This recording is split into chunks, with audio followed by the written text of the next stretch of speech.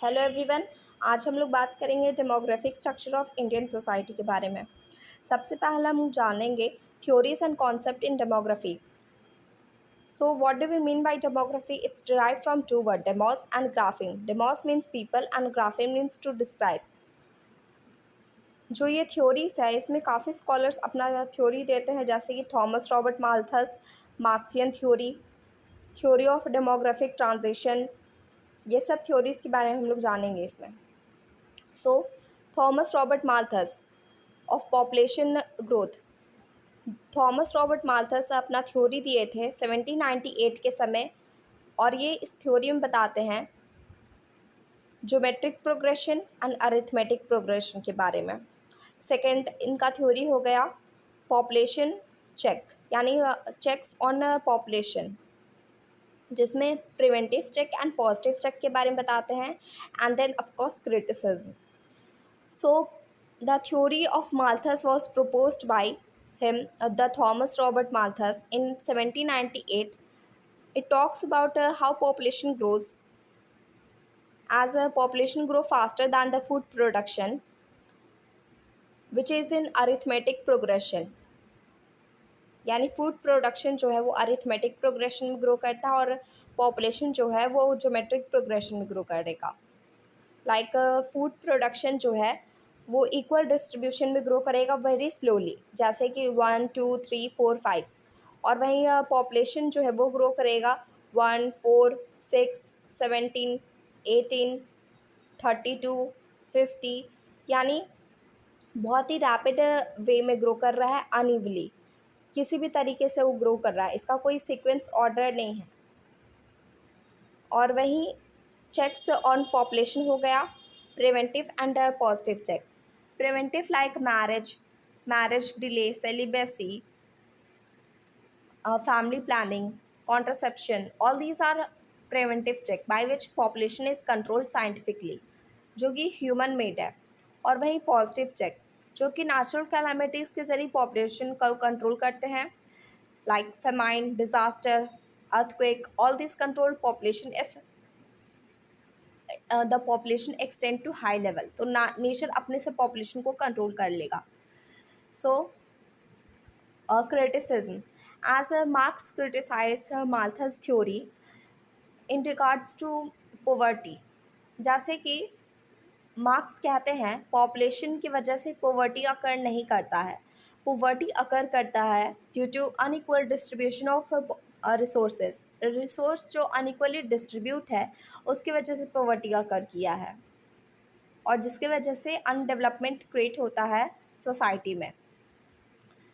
और वहीं माल्थस का कहना है जो पोवर्टी का रीज़न है वो रीज़न है हाई पॉपुलेशन की वजह से, यानी सबको सामान्य रिसोर्स नहीं मिल पाता है, उसकी वजह से पोवर्टी अकर किया है। तो हमें पॉपुलेशन को कंट्रोल करना चाहिए, ये माल्थस का कहना है। लेकिन मार्क्स इसको अपोज करते हैं। मार्क्स का ये भी कहना है कि जो सरप्लस वैल्यू है, यानी जो कैपिटलिस्ट पुअर का प्रॉफिट को ले लेती है, सीज कर लेती है, जितना पुअर को मिलना चाहिए फॉर द वर्किंग आवर्स उतना नहीं मिल पाता, तो उसके वजह से भी पोवर्टी अकर किया है due to unequal distribution of population, due to unequal distribution of resources and due to the surplus value, due to inequality और conflict which creates among the rich and poor, इसकी वजह से poverty occur किया है। सो अब हम लोग जानते हैं थ्योरी ऑफ डेमोग्राफिक ट्रांजिशन के बारे में। आज ये थ्योरी बात करता है 3 स्टेजेस के बारे में। First stage, second stage and third stage. First stage में हम लोग बात करते हैं अंडर डेवलप्ड सोसाइटी, यानी अनडेवलप्ड सोसाइटी के बारे में जो अभी डेवलप नहीं किया है। सेकंड स्टेज में हम लोग बात करते हैं डेवलपिंग सोसाइटी जो कि डेवलप कर रहा है, जैसे कि इंडिया। और थर्ड में बात करते हैं यूएसए जो कि हाईली डेवलप्ड सोसाइटी है। जो अंडर डेवलप्ड सोसाइटी होता है यहाँ पे अनअवेयरनेस रहता है, वेरी पुअर सैनिटेशन कंडीशन रहता है, अनहाइजीन कंडीशन होता है, लो लाइफस्टाइल रहता है, लैक ऑफ अवेयरनेस रहता है, नो मेडिकल फैसिलिटी, कोई भी मेडिकल फैसिलिटी नहीं होता है। सो इसके वजह से पॉपुलेशन का डिमांड बहुत ही हाई रहता है, यानी हाई ग्रोथ रेट रहेगा और वेरी हाई डेथ रेट रहेगा। तो जो पॉपुलेशन होगा यहाँ का बहुत ही लो रहेगा। सो यानी फर्स्ट स्टेज में पॉपुलेशन बहुत ही कम रहता है, low growth of population. Second stage में हम लोग बात करते हैं, यहाँ पे हाई बर्थ रेट होता है और लो डेथ रेट रहता है, यानी डेथ रेट की बहुत कम संख्या होती है। और ऐसा क्यों होता है? ऐसा होता है मेडिकल फैसिलिटीज़ यहाँ पे आ जाता है, यहाँ पे गुड मेडिकल इक्विपमेंट्स होता है, मेडिकल फैसिलिटीज़ है, बेटर मेडिकल फैसिलिटीज़ होता है, और यहाँ पर सैनिटेशन कंडीशन अच्छा होता है, हाइजीनिक कंडीशन होता है, बेटर लाइफस्टाइल होता है। लेकिन फिर भी यहाँ पे लोग इलिटरेट हैं, तभी यहाँ पे हाई पॉपुलेशन है, तभी यहाँ पे हाई बर्थ रेट है, फर्टाइलिटी रेट ज़्यादा है यहाँ का।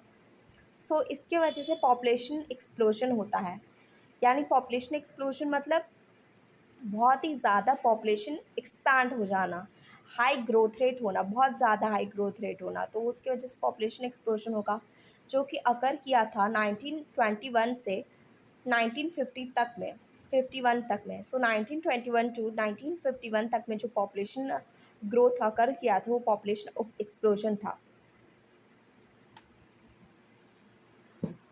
और फर्स्ट स्टेज का पीरियड है 1901 टू 1921 तक में फर्स्ट स्टेज का पीरियड रहा। सेकेंड स्टेज का पीरियड रहा 1921 से 1951 तक।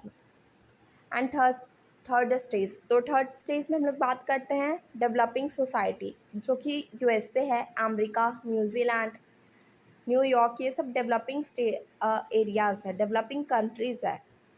सो यहाँ पे बहुत ही पॉपुलेशन अच्छा रहता है, यहाँ पे स्टेबलाइज पॉपुलेशन होता है, low birth rate and low death rate रहता है, due to awareness, literacy, high medical facilities, better medical facilities, technological equipments, ये सब की वजह से।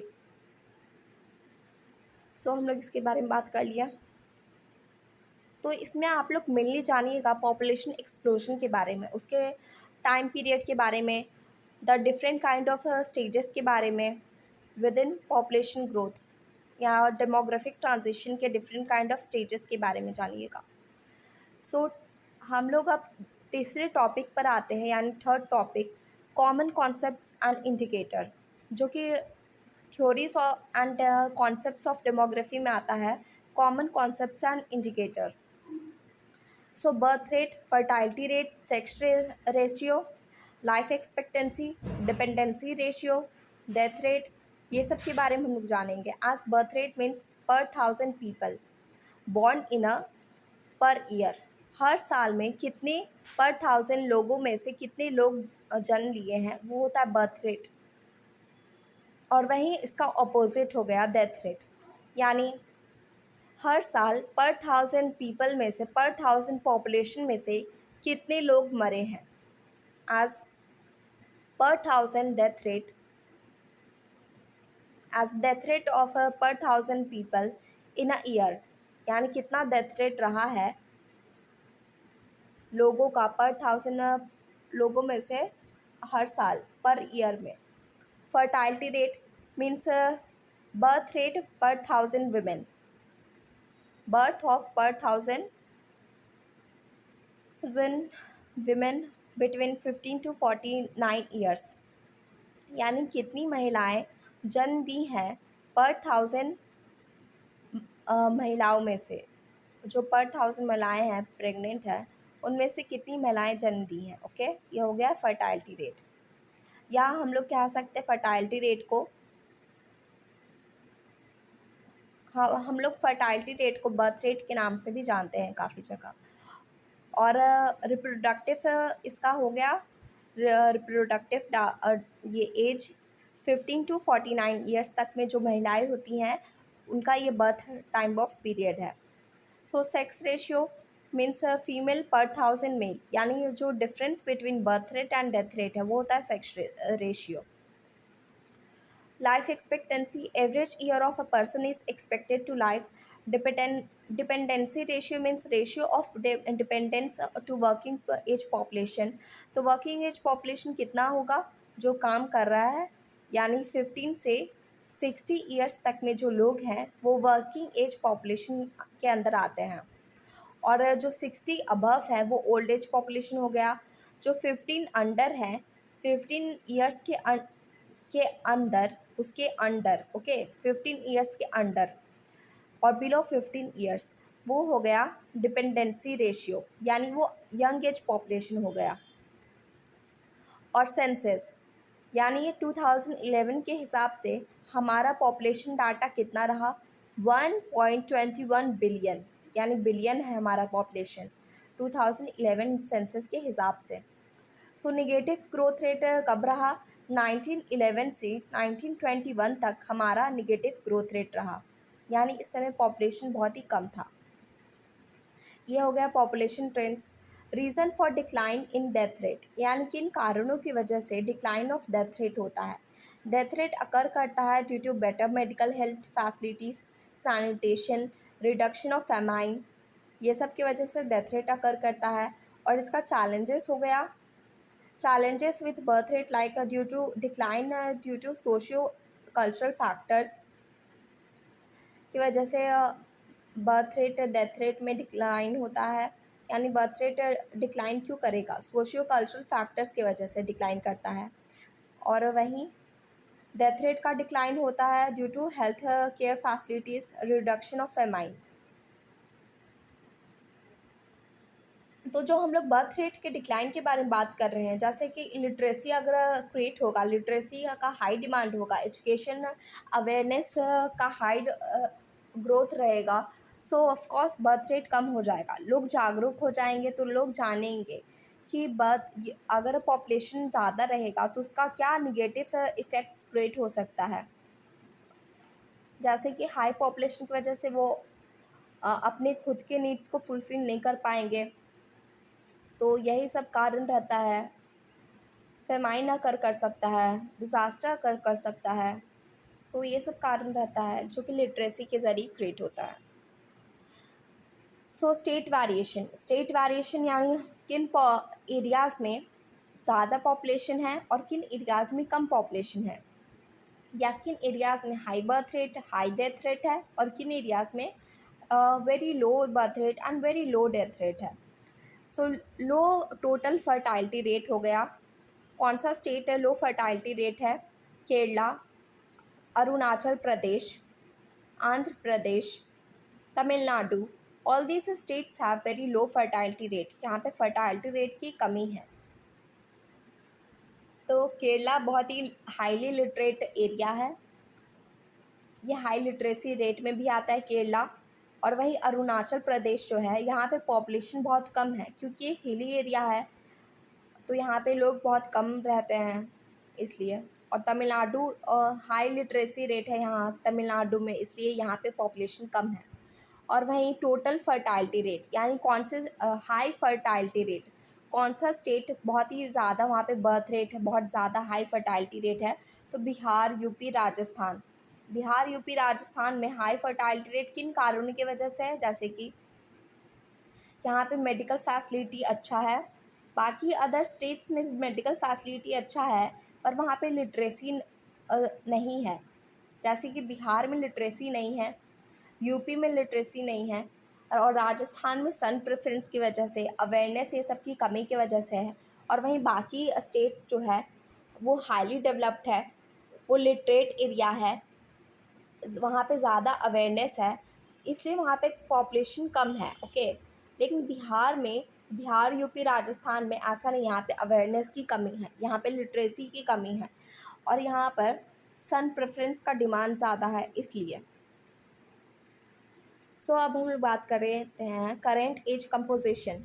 As working age is between 15 to 59 years, जो 15 से 59 ईयर्स तक में है, ये वर्किंग एज को कंसिडर किया जाता है।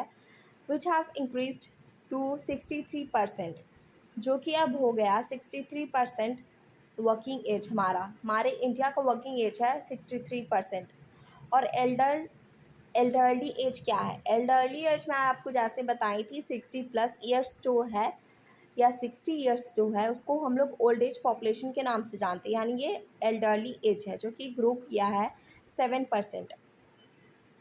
सो 0 to 14 ईयर्स जो है ये 23% ग्रो किया है, और 0 to 14 ईयर्स को हम लोग कंसिडर करते हैं यंग एज पॉपुलेशन के नाम से। ओके,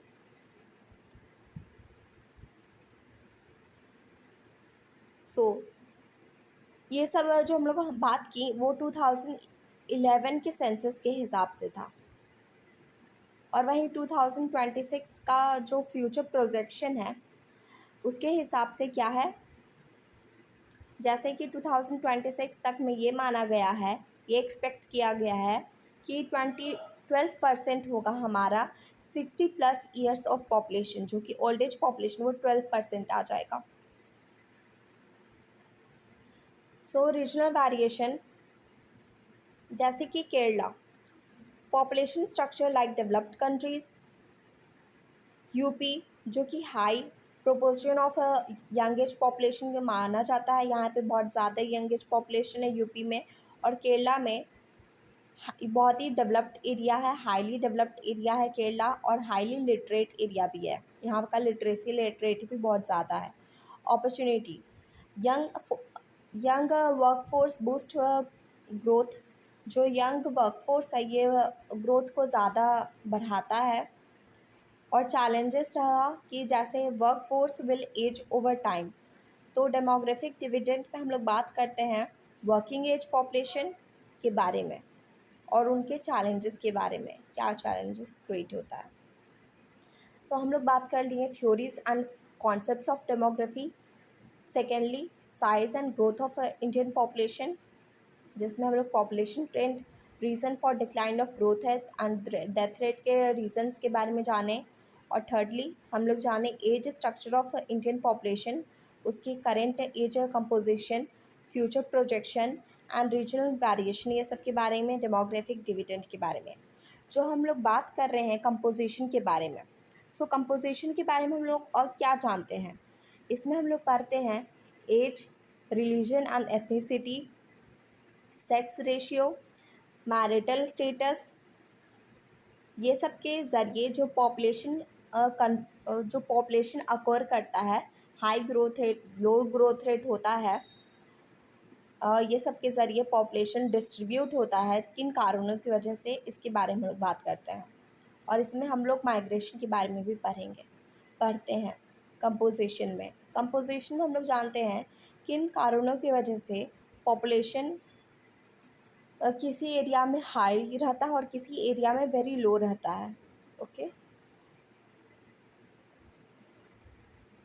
सो ये आ गया age structure of Indian population में। सेवेंथ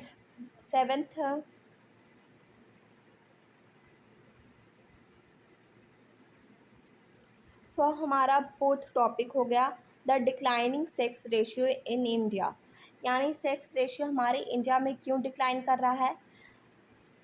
सबसे पहले इसका importance, declining overall sex ratio, child sex ratio, regional variation, cause of decline, socio economic paradox, government response. So यहाँ पे लिखा हुआ है, आप देख सकते हैं। इम्पोर्टेंस हो गया gender balance indicator, declining sex ratio कितना डिक्लाइन किया है 1901 से 2001 तक, यानी 972 से 933 तक में डिक्लाइन किया है। टाइम पीरियड रहा इसका 1901 से 2001। और चाइल्ड सेक्स रेशियो 2011 के हिसाब से है।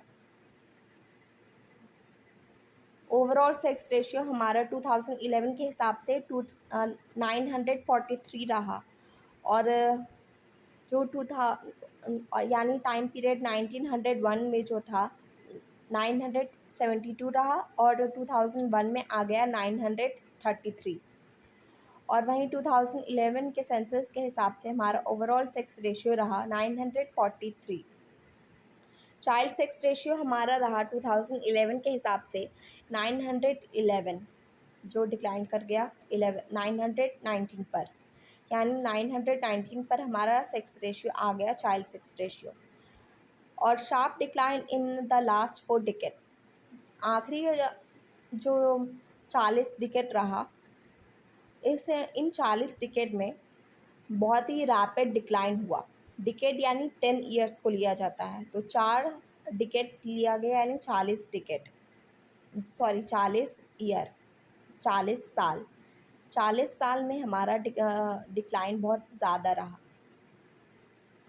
सो रीजनल वेरिएशन, जैसे कि हरियाणा में जो बहुत कम पॉपुलेशन ग्रोथ है, यहाँ पे बहुत कम सेक्स रेशियो है, 793 है। वहीं अरुणाचल प्रदेश में हमारा हाई सेक्स रेशियो रहा है। केरला में 964 सेक्स रेशियो रहा है। So what are the causes for decline of sex ratio? As a sex ratio decline due to neglect of girl babies and preference for a son का preference होता है, girl babies को neglect किया जाता है, decline, इसलिए decline होता है। सेक्स सिलेक्टिव अबॉर्शन, सेक्स के बेसिस पे अबॉर्शन होता है, ये भी कारण रहा। कल्चरल बिलीफ की वजह से भी सेक्स रेशियो डिक्लाइन करता है।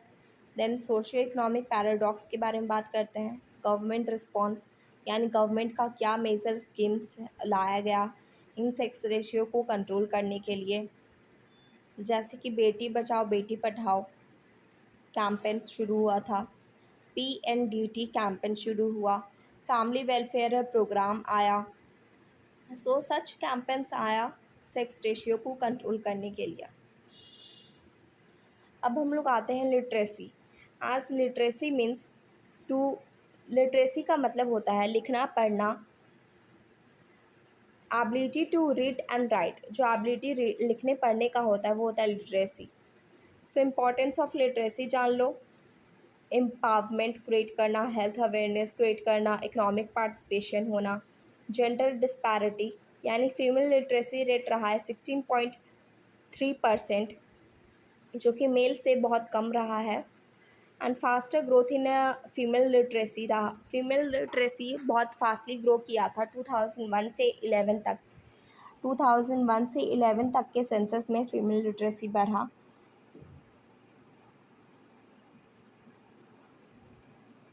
रीजनल डिफरेंसेस हो गया इसका। केरला जहाँ पे बहुत ही हाई लिटरेसी रेट रहा, बिहार जहाँ पे बहुत ही कम लिटरेसी रेट रहा। डिसएडवांटेज ग्रुप रहा इसमें SC ST, जो कि बहुत कम लिटरेसी रेट रहा। So illiterate parents struggle to educate their children, क्यों ऐसा रहा? Due to drop of girl child के ड्रॉप आउट की वजह से पेरेंट्स बहुत ही स्ट्रगल कर किए अपने बच्चों को एजुकेशन देने में, ड्यू टू इकोनॉमिक डिस्पैरिटी, यानी इकोनॉमिक डिस्पैरिटी की वजह से unequal stable of economic growth, ये सब नहीं रहा इसकी वजह से। सो अब रूरल अर्बन डिफरेंसेस के बारे में भी जान लो। Population distribution, economic shift, urban influence और rural life, migration to cities, urbanization challenges. Now population policy in India, 7th हम लोग का टॉपिक है पॉपुलेशन पॉलिसी इन इंडिया। जैसे कि early population policies, emergence of a period setback, post emergency reform and recent development. जैसे कि early population policy जो शुरू हुआ था 1952 के समय, India introduce the first population policy which focuses on family planning, health and awareness. और यानी सबसे पहला पॉपुलेशन पॉलिसी आया था 1952 के समय, जो कि फोकस किया था फैमिली प्लानिंग, हेल्थ अवेयरनेस, ये सब पर। देन हमारा पॉपुलेशन पॉलिसी, बाकी जो पॉपुलेशन पॉलिसी था वो इमरजेंसी के टाइम पीरियड के दरमियान आया 1975 से 76 तक। ये समय में हमारा पॉपुलेशन पॉलिसी जो आया था उसकी वजह से स्टेरिलाइजेशन हुआ, यानी पब्लिक बैकलैश हुआ। पब्लिक बहुत ज़्यादा प्रोटेस्ट की थी ये समय, क्योंकि वो पब्लिक जो थी वो डर गई थी वो नहीं स्टेरिलाइजेशन कराना चाहती थी। स्टेरिलाइजेशन के ज़रिए उनका परमानेंटली बर्थ कंट्रोल हो जाता। वो कोई भी बेबी को बॉर्न नहीं कर सकती थी, यानी ये परमानेंट के लिए था।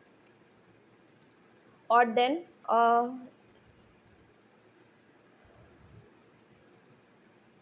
फिर हम बात करते हैं पोस्ट इमरजेंसी रिफॉर्म के बारे में।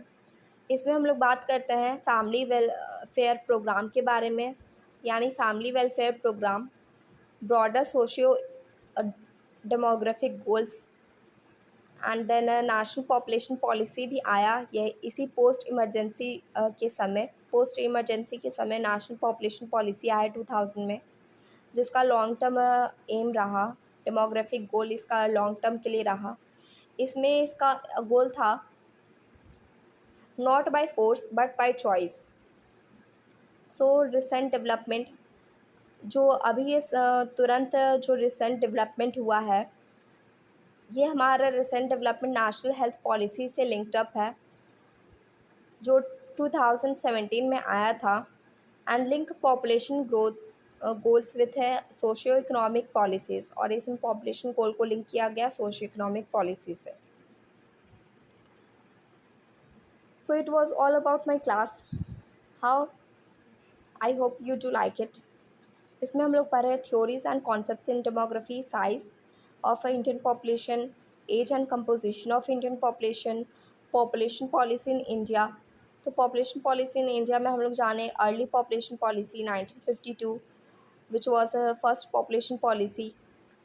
देन इमरजेंसी पीरियड जो कि 1975 से 76 तक में आया, जिसमें स्टेरिलाइजेशन हुआ था, पब्लिक प्रोटेस्ट हुआ था। देन पोस्ट इमरजेंसी रिफॉर्म जो कि 76 के बाद आया, और इस समय यानी 76 के बाद 2000 में आया था, 2000 में और 2001 में और 2002 में ये सब रिफॉर्म ये सब हुआ था। नेशनल पॉपुलेशन पॉलिसी आया था। इनका गोल था not by force but by choice.